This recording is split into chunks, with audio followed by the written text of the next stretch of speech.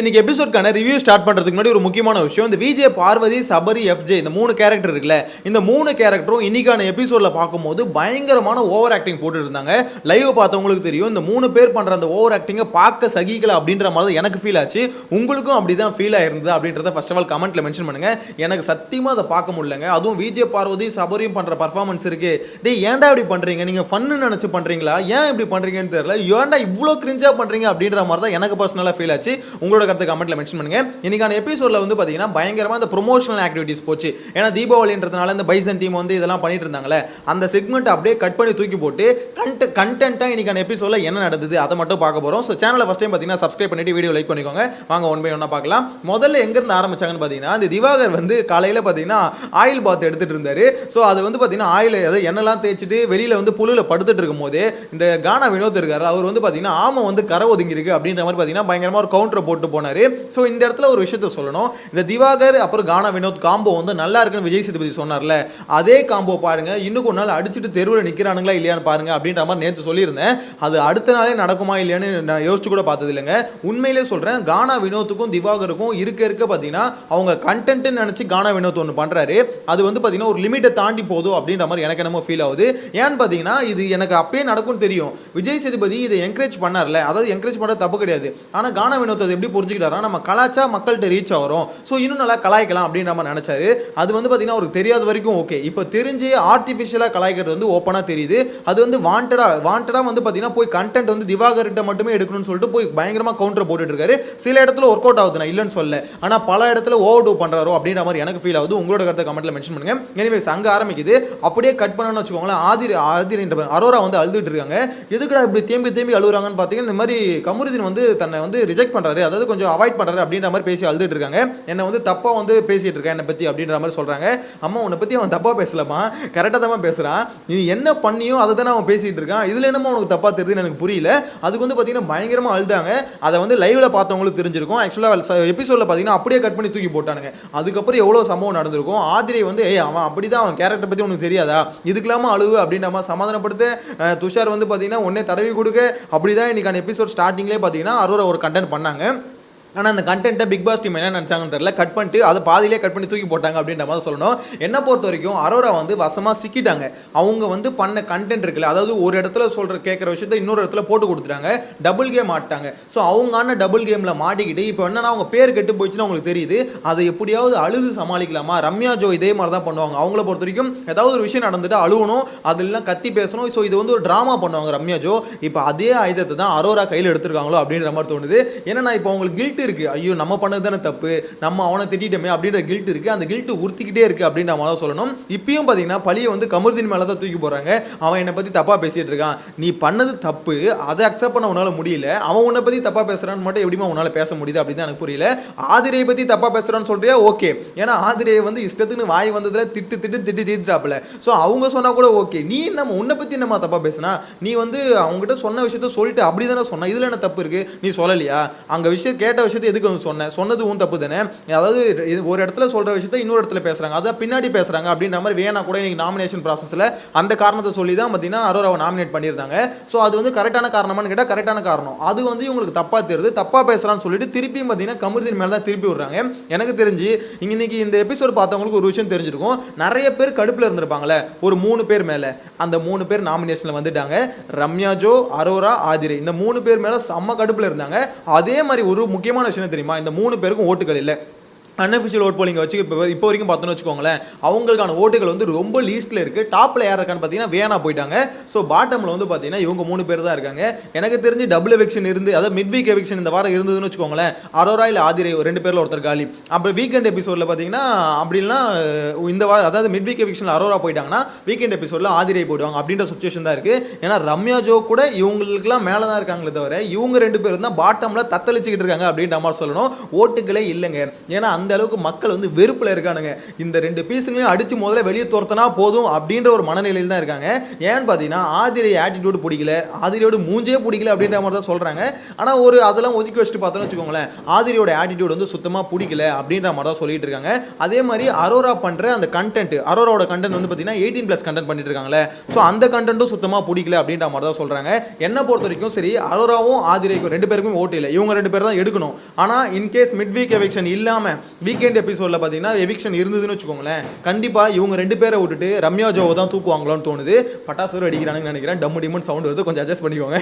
Anyways இவங்க 2 பேர் தான் தூக்குவாங்கன்னு நினைக்கிறேன். ஏன்னு பார்த்தீங்கன்னா ரம்யா ஜோவால் பெரிய கண்டென்ட் வருதான்னு பார்த்தா ரம்யா ஜோவோட அதிகமாக கண்டென்ட் கொடுக்குறது யாருன்னா ஆதிரையும் அரோராவும். ஏன்னா அரோரா வந்து சும்மா இருக்க மாட்டாங்க, யாராவது தடவிட்டு இருப்பாங்க, ஏதாவது 18+ கண்டென்ட் கொடுப்பாங்க. ஆதிரை வந்து பார்த்தீங்கன்னா கண்டிப்பாக FJ போட்டு உரசிக்கிட்டே இருப்பாங்க. இப்போ வர ஒரே ரூமுக்கு வந்துட்டாங்களா, இதுக்கப்புறம் கேட்கவா வேணும். 2 பேரையும் வாட்ச் பண்ணுங்க கைஸ். நைட்டில் ஏதாவது ஒரே பெட்டில் பத்துனுக்கிறானுங்களா கொஞ்சம் வாட்ச் பண்ணுங்க. ஏன்னா கண்டிப்பாக ஏதாவது பண்ணுவானுங்க. கண்டிப்பாக அரோராவும் ஆதிரையும் சரி FJவும் சரி சும்மா இருக்க மாட்டாங்க. ஏன்னா இன்னைக்கான சம்பவம் வந்து அடுத்த சம்பவம் அதுக்கு தான் வரேன். ஆக்சுவலாக இது வந்து பார்த்தீங்கன்னா ஓட்டிங் லிஸ்ட்டில் இப்போ அவங்க தான் பாட்டமில் இருக்காங்க. இதுவும் நிறைய பேருக்கு குட் நியூஸாக கூட இருக்கும் அப்படின்ற மாதிரி சொல்லிட்டு இப்போ அடுத்த டாபிக் வருவோம். அடுத்த டாபிக் என்னன்னு பார்த்தீங்கன்னா கனியக்கா இருக்காங்களே, அவங்க வந்து கேப்டன் ஆகிட்டாங்க. ஸோ அவங்களுக்கு ஒரு வாழ்த்துக்களை சொல்லி டீமை பிரிங்கம்மா அப்படின்ற மாதிரி சொன்னாங்க. அவங்க வந்து பார்த்தீங்கன்னா அதுக்கேற்ற மாதிரி எந்தெந்த டீம் எப்படி இருக்கணும் அப்படின்னு சொல்லிட்டு கிச்சன் டீமு, அதேமாதிரி குக்கிங் டீமு அப்படின்ற மாதிரி எல்லாத்தையும் பிரித்து விட்டாங்க. ஸோ இது பிரித்ததுக்கு அப்புறமா அந்த ஹவுஸ் ஸ்வாப்னு ஒன்று நடக்கணும்ல, அதுக்கு வந்து ஒரு டாஸ்க் வச்சாங்க பாருங்க. ஏதோ சொன்னாங்களே கிக்கிலி பிக்லின்னு ஏதோ ஒரு டாஸ்க்கு, பேர் ஏதோ ஒன்று வச்சு அந்த டாஸ்க்கில் வந்து பார்த்தீங்கன்னா ஜெயிச்சிங்கன்னா நீங்கள் இருப்பீங்க, அதாவது நீங்கள் ஸ்வாப் ஆகணும் இல்லை ஸ்வாப் ஆகணும் அப்படின்ற மாதிரி ஏதோ ஒரு டாஸ்க் ஒன்று வச்சாங்க. அது ஃபுல்லாக சொன்னோன்னு வச்சுக்கோங்களேன் குழம்பும், அதெல்லாம் நீங்கள் கன்ஃபியூஸ் பண்ணிக்காதீங்க. ஆக்சுவலாக அந்த டாஸ்க்லாம் சும்மா ஒப்புச்சப்பாங்க, அது அவங்களுக்கே தெரியும் அவங்க ஜெயிச்சிருவாங்க. ஆக்சுவலாக இவங்களை சூப்பர் டீலக்ஸ் ஹவுஸ்லேருந்து 2 பேரை சூஸ் பண்ண சொல்லியிருந்தாங்க. ஒன்று சபரியும் அப்புறம் FJ 2 பேரும் சூஸ் பண்ணியிருந்தாங்க. எதுக்குன்னா உங்கள் வீட்டுக்கு வந்து நீங்கள் கூப்பிட்டுக்கிறது கெஸ்ட்டாக கூப்பிட்டுக்கிறதுன்ற மாதிரி சூஸ் பண்ண சொல்லியிருந்தாங்க. ஸோ அந்த 2 பேரும் இப்போ இங்கே வந்துட்டாங்களா, வந்ததுனால இவங்கள வந்து டிசைட் பண்ண சொல்லியிருந்தாங்க. நீங்கள் யாரை இங்கேருந்து அங்கே அனுப்புறது அப்படின்ற மாதிரி இவங்க என்ன பண்ணாங்க, பார்வதியும் அப்புறம் இன்னொருத்தர் யாரையும் அனுப்புனாங்களே, இன்னொருத்தவங்க பார்வதி, நெக்ஸ்ட் வந்து பார்த்தீங்கன்னா இவங்க அவங்க பேர் என்னது, ஐயோ இன்னும் பேர் சம்திங் ஞாபகம் வரலங்க. 2 பேர் அவங்க அமுச்சு விட்டாங்க, அது மறந்துட்டு டக்குன்னு யாரா அது பேர் டக்குன்னு சுத்தமாக ஞாபகம் வர மாட்டுது. எனிவேஸ் இவங்க 2 பேரும் அமுச்சு விட்டாங்க. அதில் ஒருத்தவங்க வந்து பார்த்தீங்கன்னா பார்வதி. ஸோ இவங்களை அனுப்பிச்சு விட்டதுக்கு அதுக்கப்புறம் பார்த்தீங்கன்னா இவங்க 2 பேரும் இங்கே வந்துட்டாங்க. இங்கே வந்ததுக்கப்புறம் அந்த சமயத்தில் ஒரு ஆட்டிடியூடு ஒரு ட்ராமா பண்ணாங்களே, அது இன்னும் என் மைண்டில் நிற்கிது. எதுக்கு அந்த பேர் ஞாபகம் இல்லைன்னு எனக்கு தெரிலங்க. ஏன்னா அந்த பேரை விட இவங்க பண்ண அந்த ட்ராமா இருக்குல்ல, பார்வதி ஒரு பக்கம் டேய் சபரி என்னடா இப்படி பண்ணுற அப்படின்னு மாதிரி சபரி பண்ணுறதும், ஒரு பக்கம் FJ வந்து பார்த்தீங்கன்னா ஒரு மாதிரி நெக்கலா பண்ணுறதும், இதுக்கு பார்வதி ரியாக்ஷன் வந்து பார்த்தீங்கன்னா ஒரு மாதிரி கிரிஞ்சா பண்ணுறதும், இந்த 3 பீஸுங்களும் பண்ண ஆட்டிடியூட் இருக்கு. கிட்டத்தட்ட ஒரு 20-30 நிமிஷம் இருக்குங்க. அப்படியே ஒரு மாதிரி படுகேவலமாக இருந்தது. அதுவும் சபரி ஏன் இப்படி பண்ணுறாருன்னு தெரியல.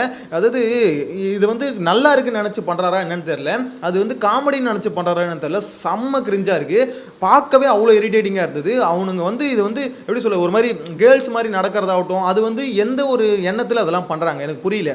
ஒரு வியானா கிட்ட போயிட்டு இந்த மாதிரி அந்த மாதிரி ஒரு ஆட்டிடியூடில் வந்து பேசுறது வைக்கிறது, அதுவும் FJ பண்ணுறது, FJ நீ பண்ணுறது சபரி பண்ணுறது கூட அவங்களுக்கு அஃபண்ட் ஆகல, ஆனால் நீ பண்ணுறது அஃபண்ட் ஆகுது அப்படின்னும் போது நீ அதை பண்ணக்கூடாது.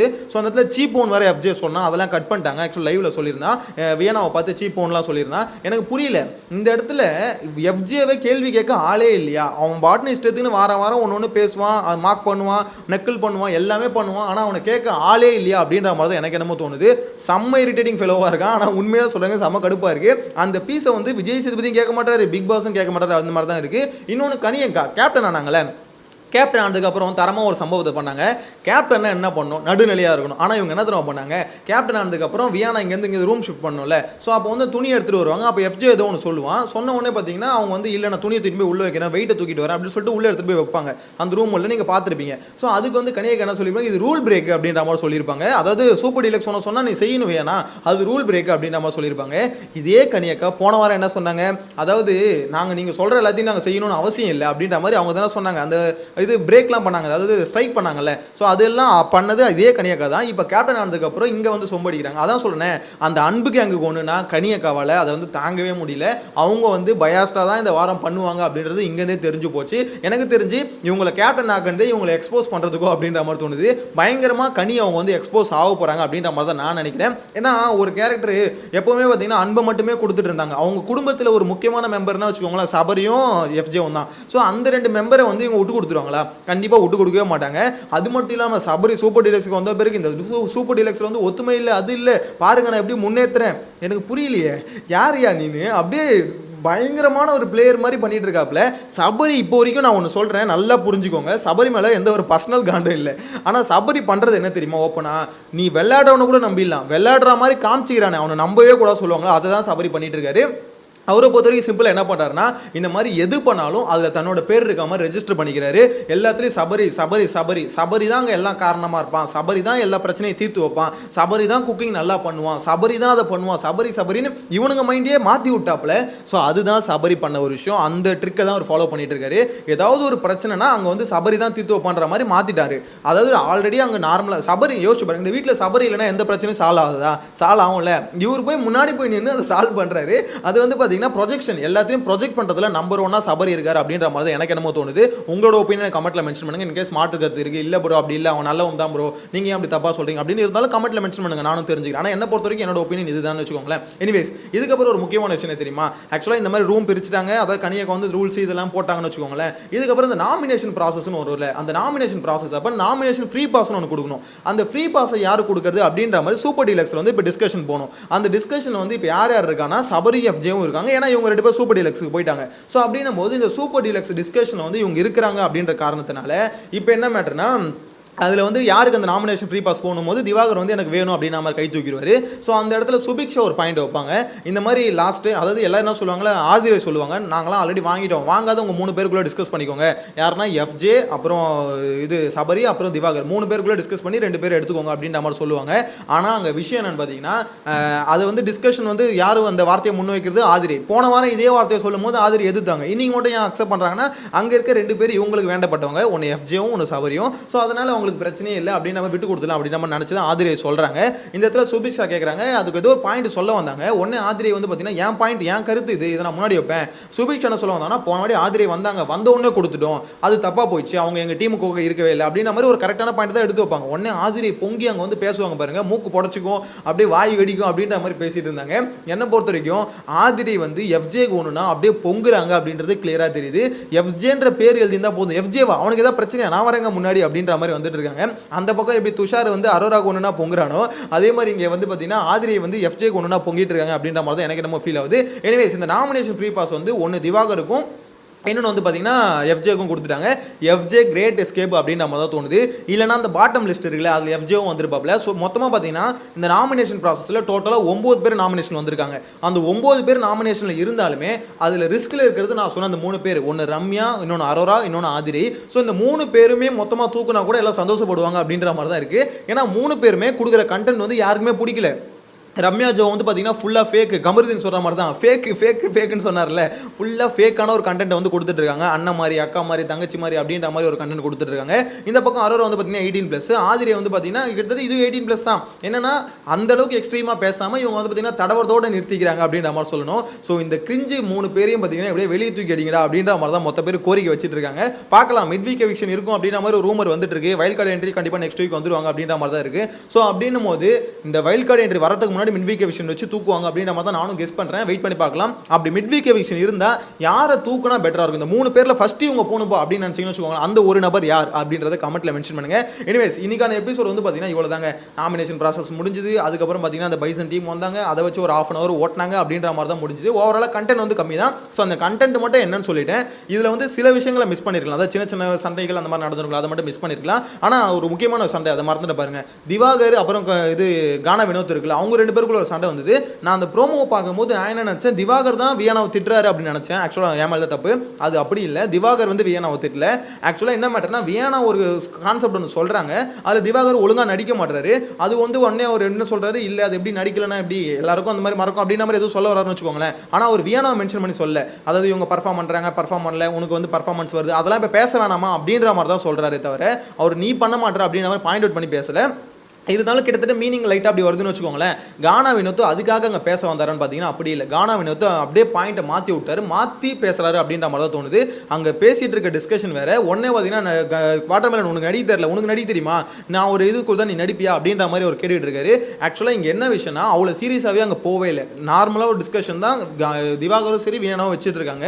ஸோ அவங்களுக்குள்ளே பேசியிருந்தா கூட நார்மலாக இருக்கும். கானா வினோத் ஒரு ட்ரோலுக்காக ஒரு விஷயத்தை எடுத்து பெருசாக்குறாரு, கத்துறாரு. அது திவாகர் வந்து பார்த்தீங்கன்னா பின்னாடி அதையும் ஒரு கத்தி பெருசாக்குறாரு. கானா வினோத் வந்து நான் சொன்னேன்ல, அந்த கண்டென்ட் வந்து அவருக்கு பிடிச்சிருக்கு, மக்களுக்கு பிடிச்சிருக்குன்னு தெரிஞ்ச உடனே அதை ரொம்ப பெருசாக பண்ணணும்னு ட்ரை பண்ணுறாரு. அதை ஓவர் டூ பண்ணாருன்னா அவருக்கு தான் பிரச்சனை. எனக்கு தெரிஞ்சு இப்போ கொஞ்சம் சப்போர்ட் இருக்கு அவருக்கு. அதை மொத்தமாக கெடுத்து குழி தோண்டி புதைச்சி போகிறோம் அப்படின்ற மாதிரி தான் தோணுது. நீங்கள் என்ன நினைக்கிறீங்க? நார்மலாக நேச்சுரலாக கண்டென்ட் அதாவது அதுவாக கிரியேட் ஆகும் போது தான் நல்லா இருக்கும்னு எனக்கு தோணுது. அதை விட்டுட்டு ஆர்டிஃபிஷியலாக கானா வினோத் வந்து புஷ் பண்ணுறாரு. எப்படியாவது நம்ம கண்டென்ட் எடுக்கணும், திவாகர் கிட்ட இருந்து பார்த்தீங்கன்னா உரியணும் கண்டென்ட் அப்படின்னு நான் நினைக்கிறாரு. வருது சில இடத்துல இன்னைக்கு ஷோலே பார்த்தீங்கன்னா 2-3 இடத்துல ஒர்க் அவுட் ஆகுது. நான் இல்லைன்னு சொல்லலை. அந்த ஆமை வந்து கரை ஒதுங்கிருக்குன்னு சொன்னதாகட்டும், அதே மாதிரி பார்த்தீங்கன்னா இவருக்கு வந்து பென்ஷன் வாங்குற போது தான், அதாவது பென்ஷன் வாங்குற வயசு அவருக்கு அப்படின்ற மாதிரிலாம் சொன்னதாகட்டும். ஸோ இது எல்லாமே 1-2 இடத்துல ஃபன்னாக தான் இருக்குது, இல்லைன்னு சொல்ல. ஆனால் அதுக்காக இவர் போகிற எஃபோர்ட் வந்து ரொம்ப ஆர்டிஃபிஷியலாக இருக்குது, ரொம்ப வேணும்னே அடிக்கிறாரு அப்படின்ற மாதிரி தான் எனக்கு ரொம்ப பர்சனலாக தோணுது. ஸோ உங்களோட கருத்தை கமெண்ட்டில் மென்ஷன் பண்ணுங்கள். நெக்ஸ்ட் வீடியோவில் மீட் பண்ணலாம். இன்றைக்கான ரிவ்யூ இவ்வளோ தாங்க, ரொம்ப சிம்பிளாக முடிஞ்சுது. பார்க்கலாம் நாளைக்காவது ஷோ எதாவது எங்கேஜிங்காக இன்ட்ரெஸ்டிங்காக இருக்கான்னு வெயிட் பண்ணி பார்க்கலாம். Bye by.